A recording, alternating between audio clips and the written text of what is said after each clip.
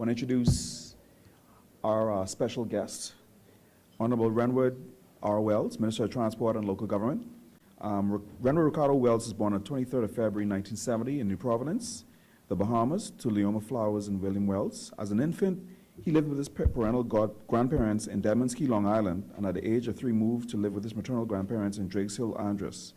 In 1979, he joined his mother and stepfather in Grand Bahama, and 6 years later relocated to New Providence to reside with his father. He received his early education in Andros, Grand Bahama, and New Providence, and is a 1987 graduate of the R. M. Bailey Senior High School, where he served as head boy in his senior year. He attended Oral Roberts University, Tulsa, Oklahoma, on an athletic scholarship and was awarded a bachelor's degree in mechanical engineering in 1995. Renwood undertook 2 years of study at Regent University's Law and Divinity Schools in Virginia Beach, Virginia, USA.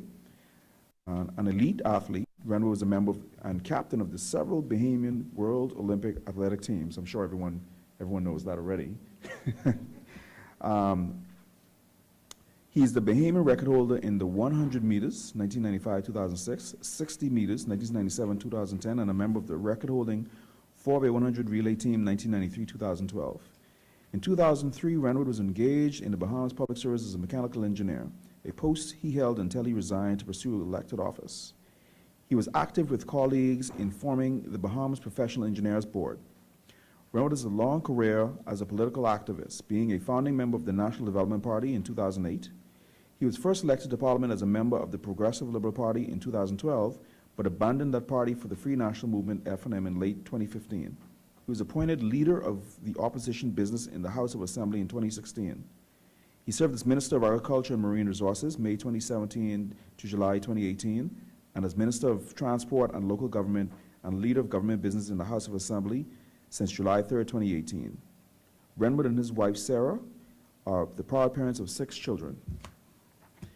Please join me in welcoming Mr. Renwood Wells to bring remarks.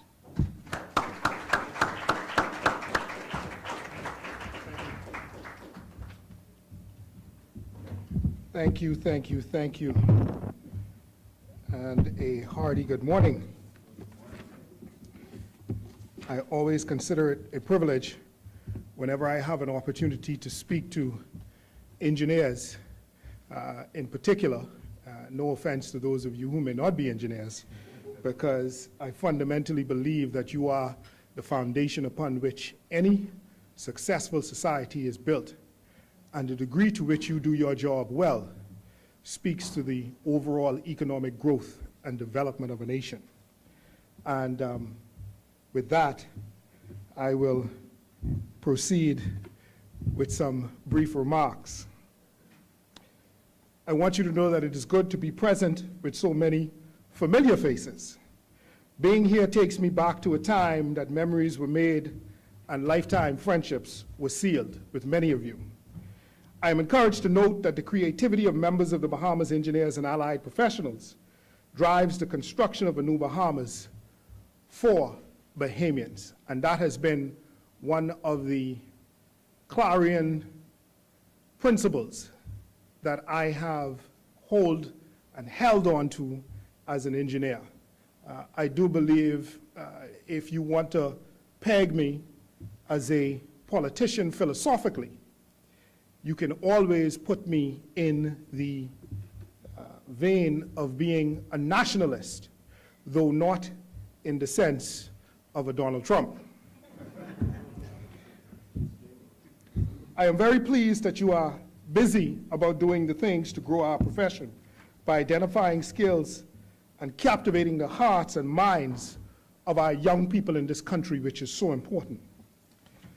Ladies and gentlemen, one cannot speak to the importance of my ministry, transportation, as the lifeline of a nation without speaking to the issues and importance of something that makes that work, which is public-private partnerships. In fact, transportation has and will continue to play a significant role in the social and political unity of our waterlogged Bahama Islands. Good physical connectivity over land and between ports is essential for economic growth as a nation. Fast, efficient, and reliable transportation systems are crucial and we have many instances to prove it. Key among them is the case of our mailboat system. And I'm going to speak to perhaps one or two issues in my ministry that most folks do not necessarily address, but something that I believe is crucial to our development as a country. Key among them is the case of our mailboat system, which is so vital for the family islands to participate in the wider economy. The mailboat service is so fundamental to our sustainable development that provisions are made in law for my ministry to establish and pay subsidies to contractors for servicing of shipping routes for periods of not less than 1 year and not more than 10 years between New Providence and all of the major family islands. And just to give you an idea, the government of the Bahamas spends about $10 million among about 9 mailboat operators. And so that is a substantial subsidy given to an industry to seek to grow our economy. Believe it or not, many of our citizens, older ones in particular, are not yet connected electronically. So they are dependent on the essential mail delivery service, which comes through our post office and is delivered via our mailboats. The mailboats are custodian of mail bags that are dispatched to and from various islands so that all residents are able to communicate, to pay bills, to make money move via our post office banks, and just sending checks and others back and forth to various vendors. This is a basic right of citizenship wherever we live in the Bahamas. And this, believe it or not, is fundamental to the growth and development of the family islands. Each mailboat requires a port from which it takes on or dispatches freight. Our ports are therefore essential to our built environment, and we have a lot of them that needs to be upgraded. Many of you are aware that the government is committed to upgrading its ports at Prince George Wharf and Porter's Key. As a matter of fact, tomorrow is the deadline for the RFPs for a new global cruise port that's going to be constructed out on Porter's Key.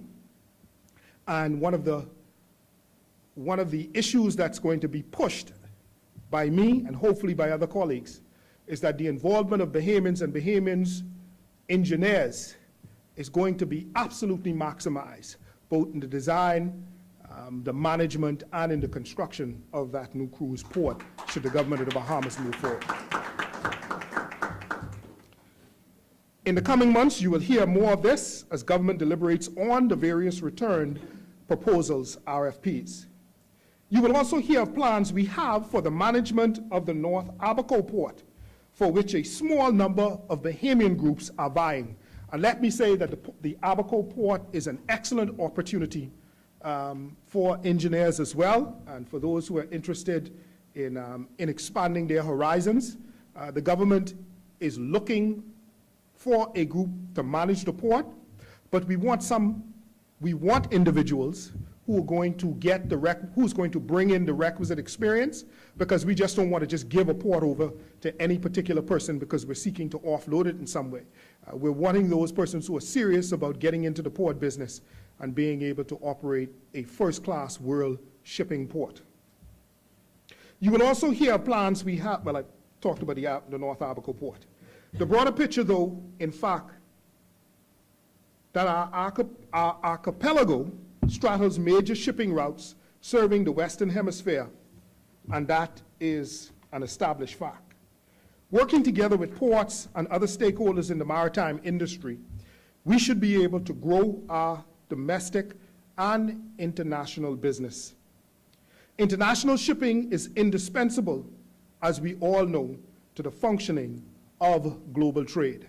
And the Bahamas happens to be one of those nations through which vast amounts of global trade travel. We have the major shipping lanes north and south, whether it's the Crooked Island Passage, the Great Bahama Bank, the Little Bahama Bank. Throughout our history, from the founding of the New World, we have been the place that has been known for maritime, and there's very little, whether you move directly through our sovereign territory or whether you move through our exclusive economic zone. And a lot of Bahamians are not aware that the Bahamas our territory stretches some 200 miles out into the Atlantic Ocean off of Eleuthera, Cat Island, Abaco, Inagua. Under international law, that is our exclusive economic zone. Now, we're having some issues because there are some folks who are seeking to encroach on that. Some other nations in the Caribbean. As a matter of fact, one in particular has just made a plea to the UN that I think is just absolutely ridiculous. But obviously, they're seeking greater fishing grounds and fishing rights. But at the end of the day, it is ours, and we as a people will defend our rights. As such, we're exploring opportunities. Well, I've already said that. No, I haven't said this, so I will say it. As such, we're exploring opportunities also in the southern Bahamas, in Maguana in particular, where a major port of call would offer ships benefits parallel to the objective offerings of the Panama Canal. The canal allows shippers of commercial goods to save time and money with a shorter route. That opportunity is now also available to us in the Bahamas, and it will be coming. Should the government of the Bahamas approve this port in Maguana, it is going to be to the tune of billions of dollars. Now, I will tell you, I'm of the view, I believe that you just open up the doors of opportunity and just let folks come in and compete, especially Bahamians. I was once told by Dr. Nottage, a mentor of mine, we were having a discussion about Bahamians and Bahamians' participation in the economy of the Bahamas. And I said to him, quite probably with some naivete, that, you know, I don't know whether we want to move in the direction that you're talking, because he himself was a nationalist. Because what if the Bahamians we give the opportunities to fail? And he said to me, he said, Renwood, how naive of you. I had a little bit more respect for your intellect. He said, shouldn't a Bahamian have the right to fail in his own country? And I went away thinking about that for the whole day. So I've made it a part of my repertoire in talking to my other colleagues from time to time when issues come up as to how we allow Bahamians participation in the wider economy. And whenever someone says, well, you know, they could fail. I said, well, shouldn't we give them the opportunity to fail in their own country? And so there's going to be this opportunity for this port in Maguana. I'm going to see how we push the issue. Interestingly enough, now that falls under my purview, so I'll be having a talk with my chief on that. You know, some wise soul once says that the trouble with opportunity is that it always comes disguised as hard work. I now add to that opportunity very oftentimes comes under the disguise in hard times. I urge you to allow these hard times to inspire you and drive you to seek new and innovative ways of operation. Growth is never achieved within the status quo. As a matter of fact, we must expand the boundaries of our reality in order to achieve our hopes, dreams, and aspirations. In that vein, the Bahamas has one of the largest and highest quality shipping registries in the world. Here's another opportunity. Logging a total of some 1,680 ships are registered under the Bahamas flag, with 57 million gross tonnage in weight. The registry, however, is only one part of a diverse Bahamas maritime offering. And some of you would be aware that I recently, about 10 days ago, returned home from a trip to Asia, where we just opened the Bahamas' newest maritime office in Japan. And one of the things that was so good about that, in the fact that I went as Minister of Transport to do that and took the Deputy Prime Minister, is that we had an opportunity to meet with the leadership of Japan, the Deputy Prime Minister, my counterpart in the Ministry of Transport and Infrastructure, the Foreign Minister of Japan. And as a result of us coming and opening that office and showing the Bahamas' government's commitment, we left there. And remember, Japan is the second largest maritime center on the globe. we left there with a substantial amount of business interest by the ship owners of Japan, and so we're looking to capitalize on that over the coming months. Just to give you an idea, the Bahamas Maritime Authority contributes some $6 million to our consolidated fund, and my goal as minister is to at least double that for as long as the Prime Minister decides to leave me in this post, and hopefully it's a little bit longer than he left me the last one. From financial services to fishing to ship repair and transshipment, the Bahamas maritime industry combines to contribute some 14 to 18% of our GDP. Yet we have so much more in potential, and we look forward to capitalizing on this vibrant industry. Like tourism and finance, the maritime sector requires no manufacturing capacity or natural mineral resources. It is based on a small but appropriately educated workforce and is therefore an ideal industry for our country to develop.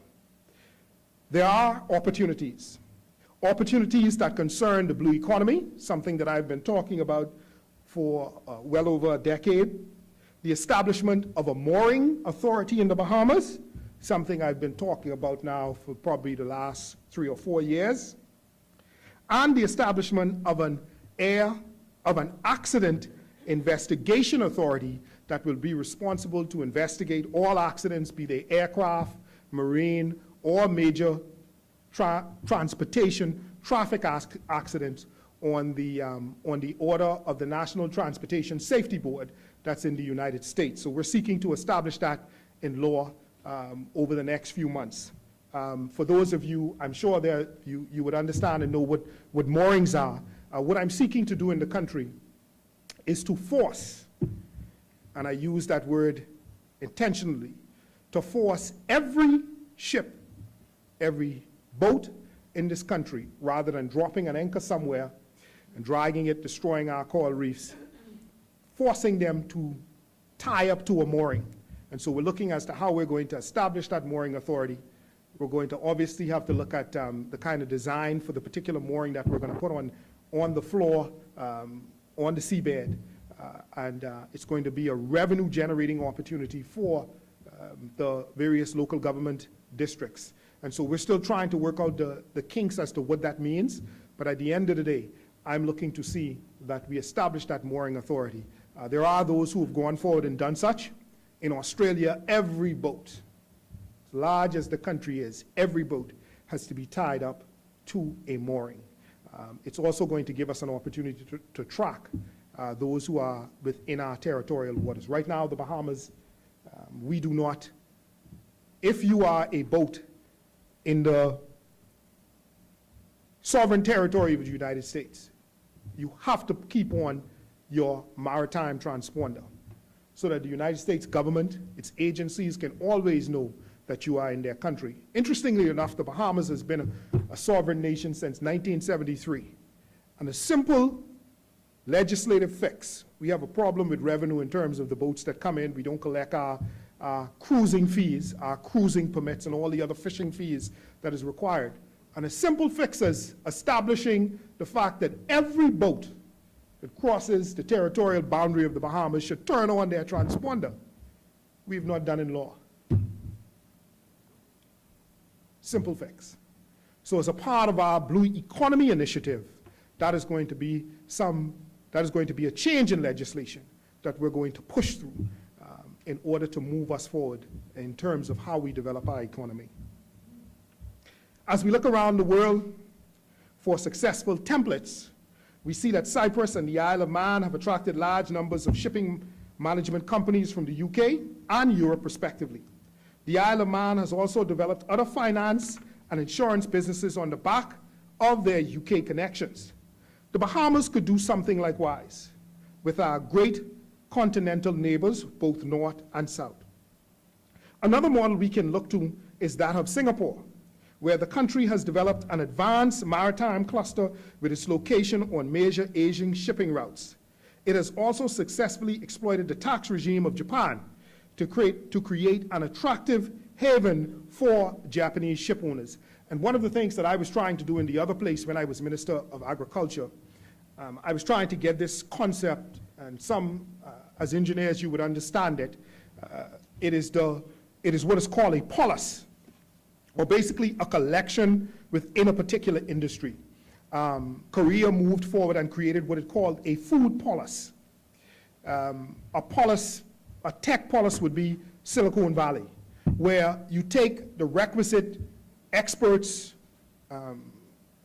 research, manufacturing of an industry, and you put it all in one locale so that it feeds off of each other with the intention of growing and developing. And one of the things I wanted to do as Minister of Agriculture and Marine Resource, and I know that we're going to move forward with that still, was to turn Gladstone Road into what I call a food polis. In Korea, the Korean government moved forward and took a part of Seoul, the city of Seoul, and turned it into a food polis that was responsible for its push with food security, but more importantly, food sovereignty, meaning that they wanted the vast majority of their food produced within the territorial boundaries of Korea. And so I believe that we have opportunities in the Bahamas. Already the government of the Bahamas is moving forward and looking at Grand Bahamas as becoming sort of a tech polis, where we established this kind of IT-driven direction. And we have some ideas as to how we make that happen. Hong Kong, likewise, going back to my speech, has leveraged its cultural and linguistic similarities to target the Chinese shipping market while maintaining strong maritime trade relations with Commonwealth and European countries. The Marshall Islands has also used its close relations with the US to build a large global marketing team that promotes all of its maritime industries together to much success. Each of these examples, when suitably adapted, offers potential for strong growth of the economy of the Bahamas. You, the engineers, the builders of our Bahamas, have wonderful and financially rewarding opportunities ahead under this administration. I want you to know that. And that is only a sampling derived from the maritime sector. We also, my ministry, has a large portfolio over land, particularly with the Road Traffic Department, which at this point in time has implemented a pilot project to demonstrate the feasibility of unifying the bus system here in New Providence. When transportation improvements increase, we also increase the accessibility of people and businesses to reach jobs, services, goods, and activities.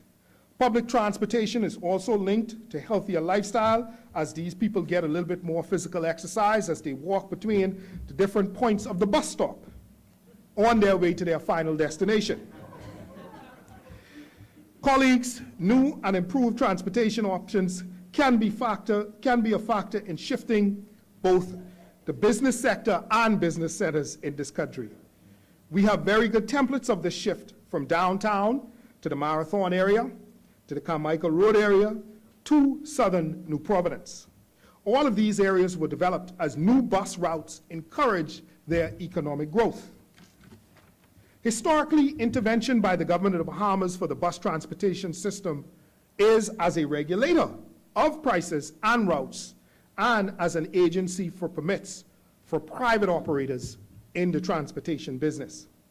Among franchise holders and among jitney operators, there is fierce, and I say fierce, competition that has on many occasions led to chaos and in some cases deaths on our streets.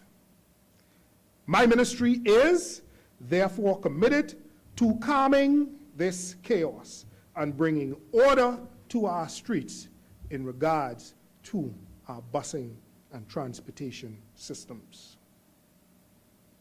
Taken together, the Bahamas fleet of jitneys is largely reliant on diesel fuel, and the average age increases as the years go by for these buses.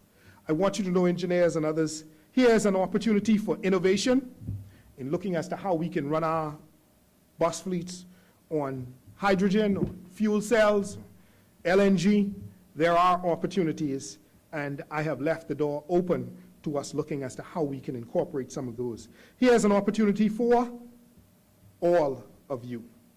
However, suffice to say, today's transportation needs far exceed the available funding of the government of the Bahamas. The intent of the pilot project, as it is established now, is to collect information that will serve as evidence for decision-making moving forward in the unification of our bus system. The unification proposal is part of the New Providence Road Improvement Project that was started some, I think it's 10 years ago, which is funded by the Inter-American Development Bank at a cost of some $530,000. The project will demonstrate how the system will work to boost this island's economic efficiency and sustainability and growth.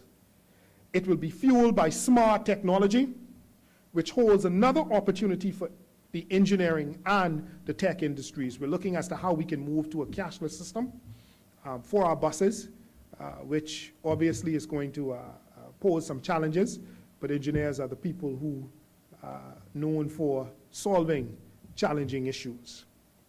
This system should spark the construction of modern bus terminals. The construction, management, and operation of these terminals presents opportunities for public-private partnerships. The terminals would be designed to accommodate bus berths to cater to peak hour demands. The design could take in the level of service passengers received on the jitneys between destination points. The accessibility for buses would entail the location of entrance and exit points, ensuring convenient, unimpeded, and universal access to terminal facilities. Commuter safety would be key to the design, with high visibility spaces to minimize pedestrian vehicle points of conflict. Passenger amenities would include comfortable seating, toilets, pay phones, though pay phones have gone the way of the dinosaur, Wi-Fi, drinking water, visible signage to add to customer convenience. Ladies and gentlemen, we cannot talk about the state of our built environment if we do not speak to our legislative framework. Our archipelago, our Bahamas, is trending towards decentralization. And here's another part of my portfolio. I'm the Minister of Transport and Local Government. We are now looking at module options for local government in New Providence. I now have on my desk the report for the establishment of local government within the island of New Providence. One of the problems that I have with the report is that the report calls for about New Providence to be split up into 5 districts, areas. And each of these districts and areas is supposed to have a mayor. So we're haggling over the fact that, you split New Providence up into 5. I fundamentally have a problem talking, and I believe knowing my people, Bahamians. If I'm the fella, a mayor who has won the district, and some 15,000 persons voted for me, and you are Prime Minister of the Bahamas, and some 3,000 persons voted for you, I think we're going to end up with some issues. So I'm seeking to see how we can fix that to ensure that there's understanding as to where power lies. On the Family Islands, getting back to this speech, the local government councils takes on functions of building control officers, as some of you know, by virtue of the Local Government Act of 1996.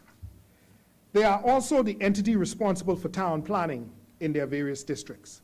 In the second scheduled districts, there's the opportunity for district councilors to appoint qualified members from the technical fields connected to the construction industry, including engineers, to serve on district town planning committees. Their role is to exercise their statutory responsibility as effective town planners. The district council in the second scheduled districts are empowered to ensure that the required guidelines are followed in a timely fashion. District councils are invariably a mixture of elected officials from across the spectrum. And very often they have a deep and profound interest in building their community. We are fortunate to have the benefit of strong local knowledge in these district councils to inform their decisions.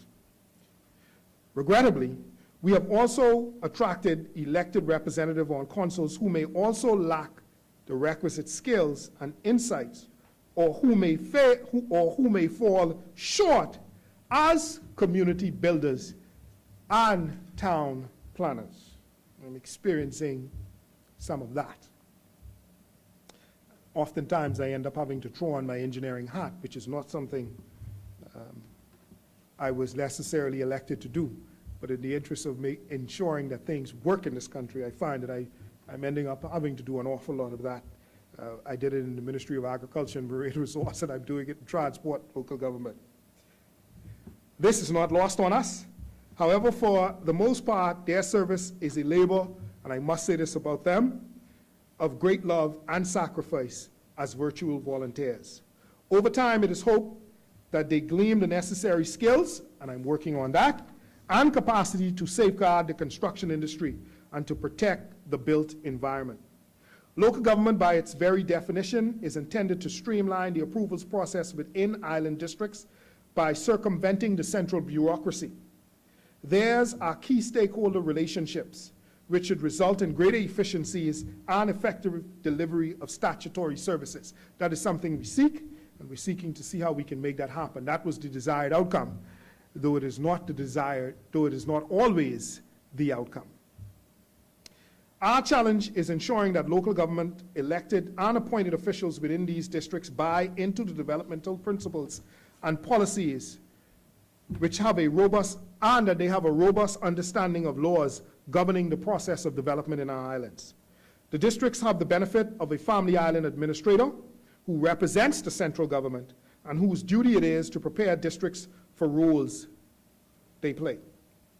From the point of elections and throughout their 3-year terms of office, local government elected officials are required to coordinate their meetings and general administration under the guidance and supervision of the administrator for that local district. Administrators are subject to the Director of Local Government in New Providence. This upward relationship allows my ministry, hence me, to remain engaged and informed and to have the input of the central government. The role of local government township committees should not be overlooked. These township committees share authority with the town planning committees and councils. This preserves the integrity of planners and the proponent culture and heritage of our people in the islands. Engineers and architects need not fear engagement by local government officials. I've had some of that. The process is designed to work effectively in favor of systematic engagement and decision-making vested in law. This was the spirit of local government from the inception in principle. In the letter of the law, the weight balances in favor of a seamless process that fosters. As I close, colleagues, I leave you with this to consider. Each of you in here and in this industry have a right to participate in society, to fulfill your interests, to defend your interests, and to help create a better, more efficient nation. The freedoms that allow this participation should never be taken for granted. These rights form the basis for our democratic process, for an active civil society, and ensure that public affairs are truly public. The issues that I have addressed are but a sampling of our opportunities that are available to you individually or as a conglomerate. I challenge you to be creative, innovative, inventive, and solutions-driven in your response to our national challenges. I challenge you to embrace this responsibility as you would any other right, such as the right to education and the right to the freedom of conscience and religion. In the result, we will be a better Bahamas, should you do so. I thank the organizers of this event for inviting my presence and participation, and I look forward to unveiling of the results of this forum to all. Thank you for being so attentive to this deliverance. Thank you.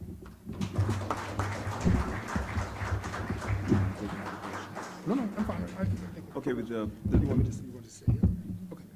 the ministers agreed to take a few questions on anything that was discussed. We're going to push back the second module to about 11:20, 11:30. So feel free to ask any questions. Thank you, Mr. Minister. Morning. And I'm encouraged by your,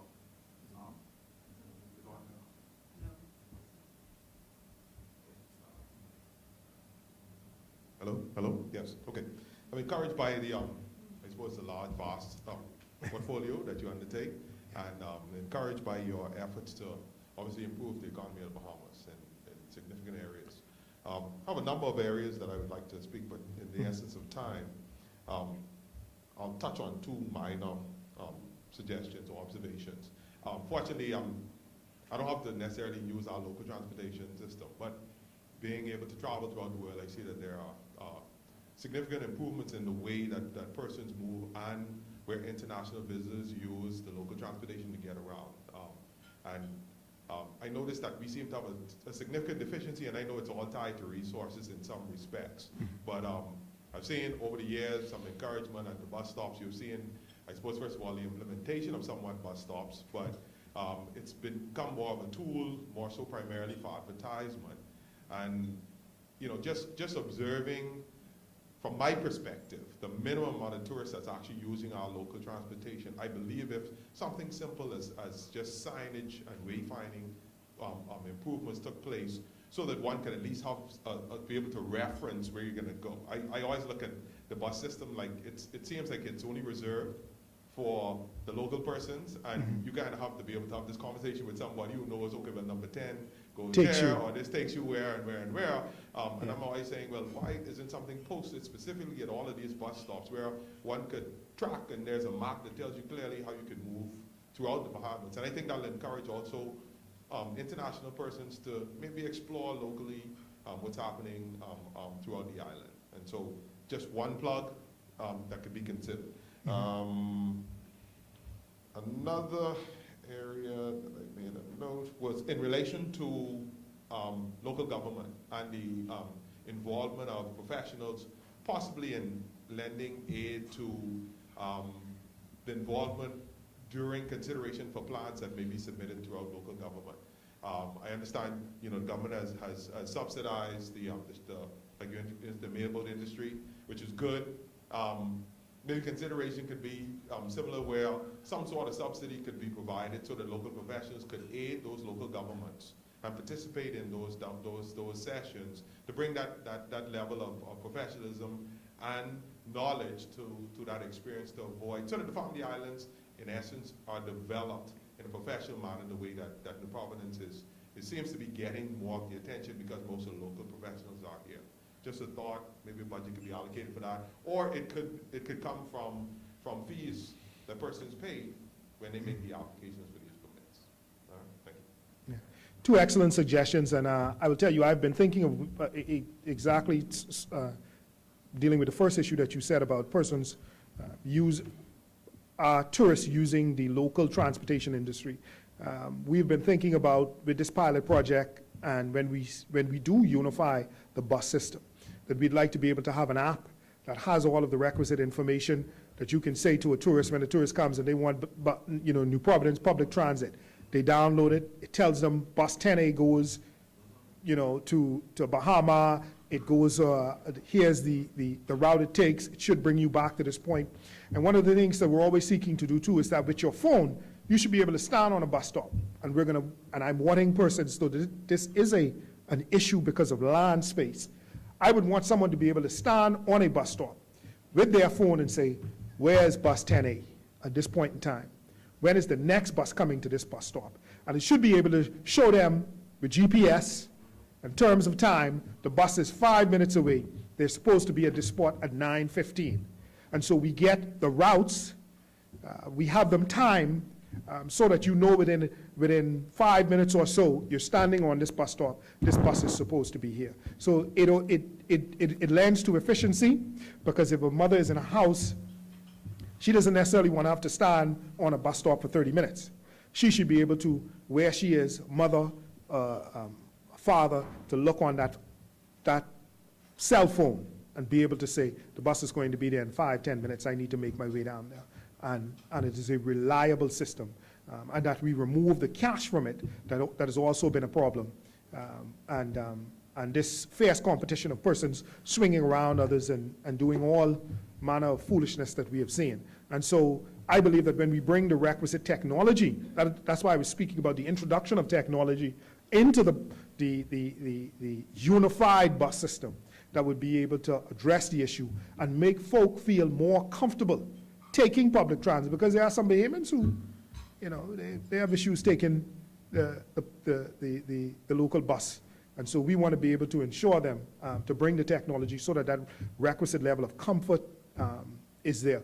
In regards to assisting the local government professionals, here again is where technology can help. You know, I worked in the Ministry of Works for nearly 10 years. And this is a problem of government, I believe. From the time I entered the Ministry of Works, there was a couple of things that I push. That's why I'm here today. I decided, after crying so much as an engineer in the ministry trying to get things done, and getting a modicum of some things taking place, we were able to pass the engineers board. I fought very hard for that, had the engineers in the Ministry of Works sit out on Bradley Roberts a couple of times. Mr. Roberts called me to his office, threatened to fire me. I told him the only way the engineers in the ministry would go back to work is if you make a commitment to us that you're going to take this bill to establish an engineers board so that we could be licensed in our own country, like Jamaica and everybody else could be licensed in their own country. Why can't we be licensed in ours? And so he acquiesced and took it to the parliament and got it passed. But there was another thing I pushed for.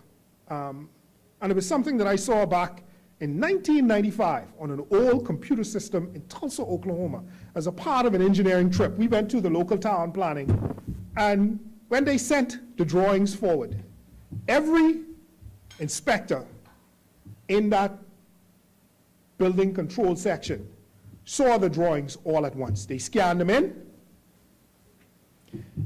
The electrical inspector saw his portion, and he was able to write right away what the problems were. The plumbing inspector was able to see his portion.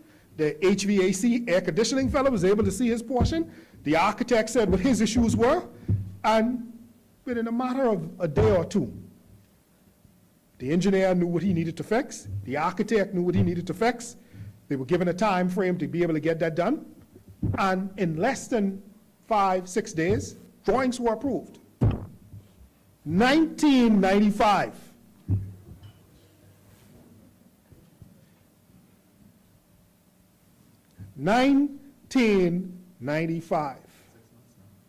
We are in 2018. Does the Ministry of Works have that system? Why not?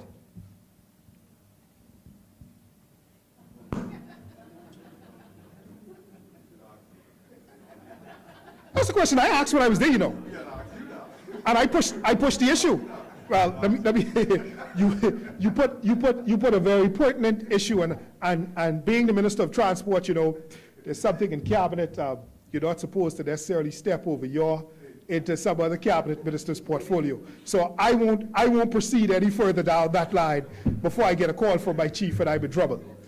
But at the end of the day, as an engineer in the Ministry of Works, and I remembered, we sent some engineers to Florida to go look at a system. It seems like they're still in Florida. But you see, it's these simple things. And you're speaking about the town planning fellow in Exuma, who may not have the requisite. Someone wants to put up a house, he may wants to put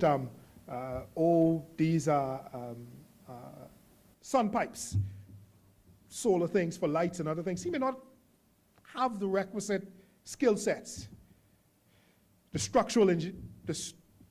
Approving the structural part, he may not have the requisite skill set to judge the work of a structural engineer. But if you have a system where drawings are submitted electronically, we can address some of that issue and seek to both speed up the process of approvals and to ensure that we get the requisite design, efficient designs that would move our built environment forward in the way we ought to. You know, that was one of those things. The other thing I pushed for was the contractors bill to license all contractors in the country. You know, I caught a lot of flack for that, and I didn't end up getting that one until I was actually sitting in the House of Assembly. And so at the end of the day, I will take under advisement what you say about perhaps using some funds from the actual payment of fees to look at how we might be able to contract some persons in the engineering profession to assist these local island administrators.